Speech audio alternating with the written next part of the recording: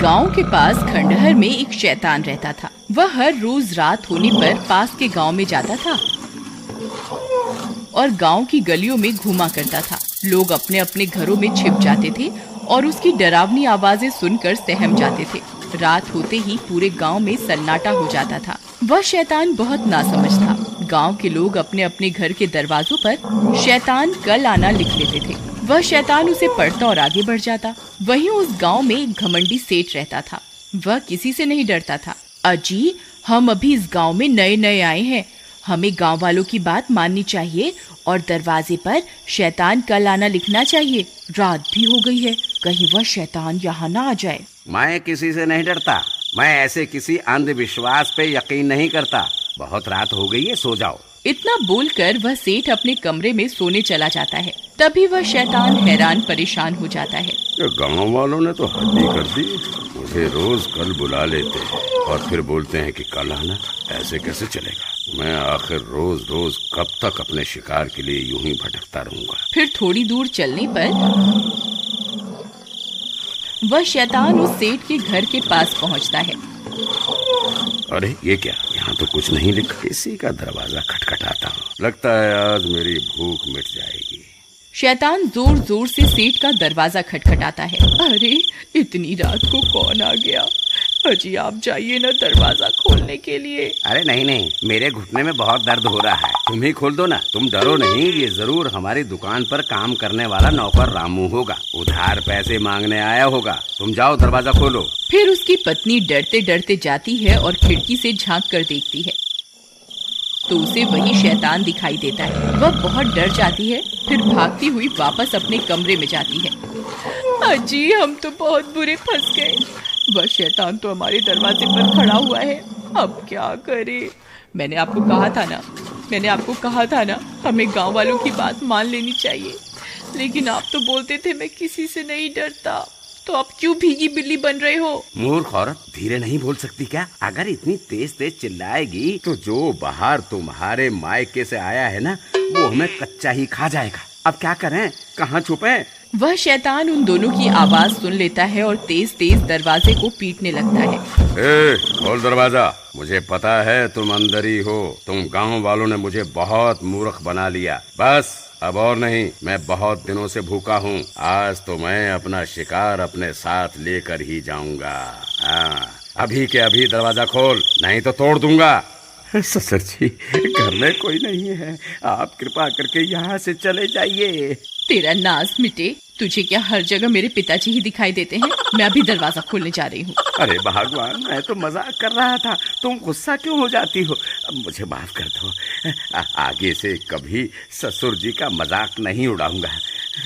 अजी, मैं तो आपको माफ कर दूंगी, लेकिन मुझे नहीं लगता ये शैतान आज हमें माफ करने वाला है। तभी वह शैतान दरवाजा खोल देता है।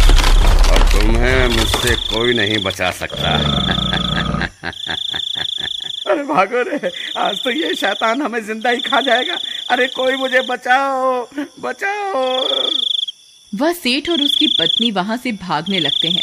उनके घर में छोटा सा कुत्ते का बच्चा होता है। इतना शोर शराबा सुनकर वह भी बाहर आ जाता है और उस शैतान को देखकर भौंकने लगता है। तभी सेठ और उसकी पत्नी पीछे के दरवाजे से भाग जाते हैं। अरे बच गए रे, आज तो बाल बाल बच गए। मोती, मैंने उसकी आवाज सुनी थी। वो शायद उसी शैतान के ऊपर भौंक रहा था। वो अभी भी घर के अंदर ही है। मैं वापस अंदर जा रही हूँ अपने मोती को बचाने के लिए।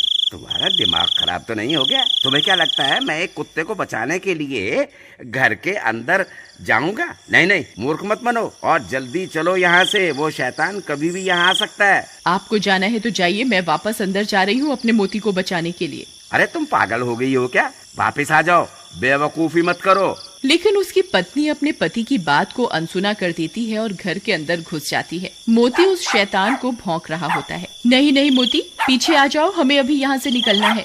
हे भगवान, अब मैं क्या करूँ? तभी मोती उस शैतान पर हमला करने के लिए आगे बढ़ जाता है। नहीं मोती, ऐसा मत करो, वापस आ जाओ मोती। फिर उसे बचाने के लिए उसकी पत्नी भी शैतान की तरफ दौड़ पड़ती है और अपने कुत्ते को बचाने के चक्कर में उस शैतान के चंगुल में फंस जाती है।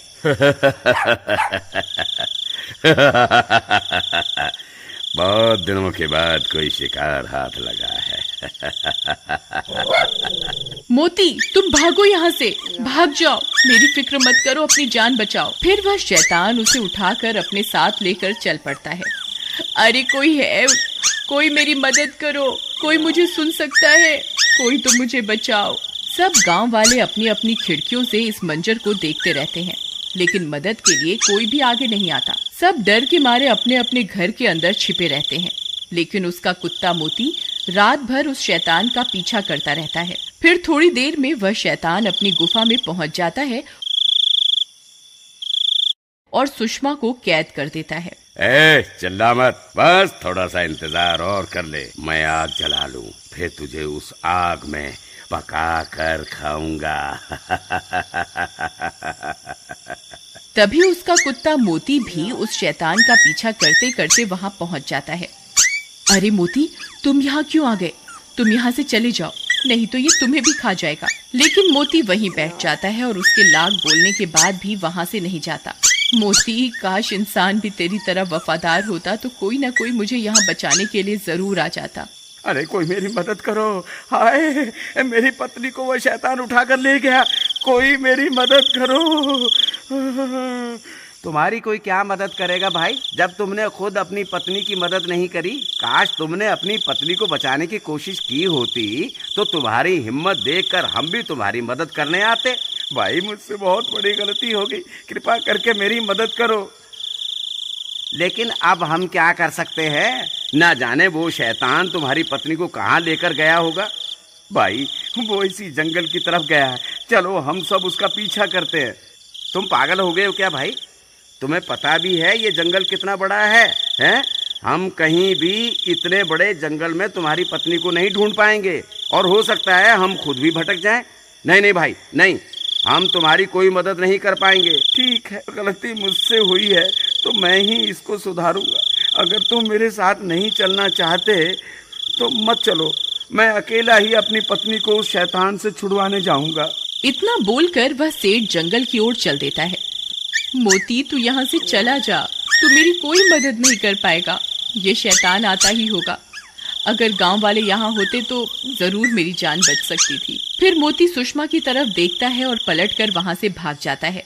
सुषमा भी मोती को भागता देख खुश हो जाती है। भाग जा मोती, जल्दी भाग जा, तू यहाँ से कहीं दूर चला जा।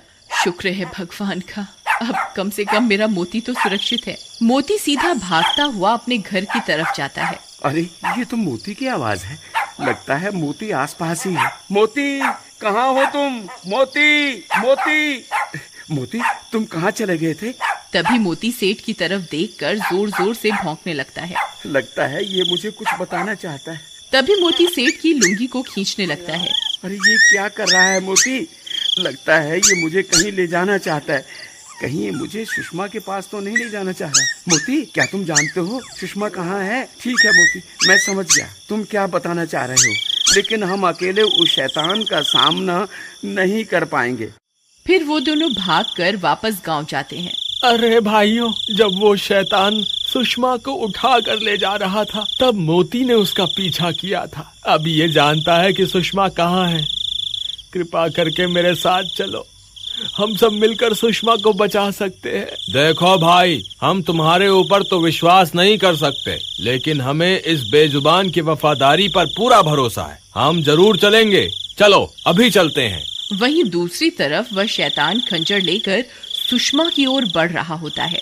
हे ऊपर वाले, अब बस तेरा ही आसरा है, हो सके तो किसी को मेरी मदद के लिए भेज दो। तभी उसे मोती के भौंकने की आवाजें आने लगती हैं। वह शैतान भी हैरान परेशान हो जाता है। अरे मर गए रे, ये इतने सारे लोग कहाँ से आ गए? इनके हाथों में तो मशाल भी है। लगता है मुझे यहाँ से भागना ही होगा। हे ऊपर वाले, तेरा लाख लाख शुक्र है, तूने मेरी सुन ली। तभी सब गांव वाले हाथों में मशाल लेकर वहां पहुंच जाते हैं। वह शैतान इतने सारे लोगों को हाथ में मशाल लिए हुए देखकर डर जाता है। फिर वह शैतान वहां से भाग जाता है और सुषमा भी आजाद हो जाती है। मोती, तुम वापस आ गए मेरी जान बचाने के लिए। अगर तुम्हें कुछ हो जाता तो? सुषमा, मुझे माफ कर दो, मैं तुम्हारी मदद नहीं कर पाया, एक बार फिर इस बेजुबान ने साबित कर दिया कि ये इंसान से भी ज्यादा वफादार है।